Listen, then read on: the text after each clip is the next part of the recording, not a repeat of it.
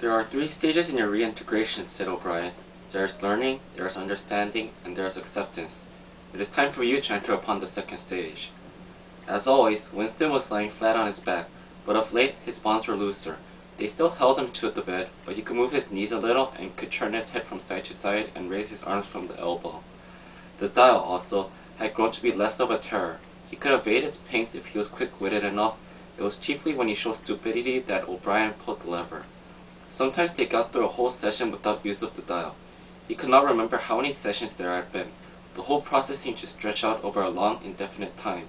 Weeks, possibly, and the intervals between the sessions might sometimes have been days, sometimes only an hour or two.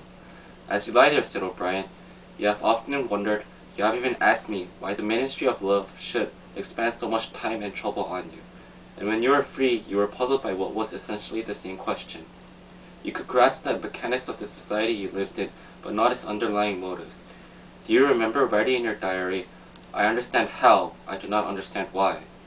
It was when you thought about why that you doubted your own sanity. You have read the book, Goldstein book, or parts of it at least. Did it tell you anything that you did not know already? You have read it, said Winston. I wrote it. That is to say, I collaborated in writing it. No book is produced individually, as you know. Is it true what it says? As description, yes.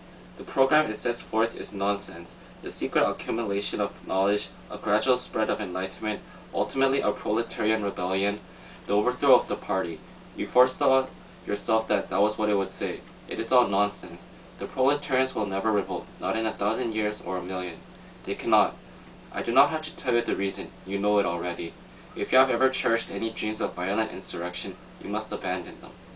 There is no way in which the party can be overthrown. The rule of the party is forever. Make that the starting point of your thoughts.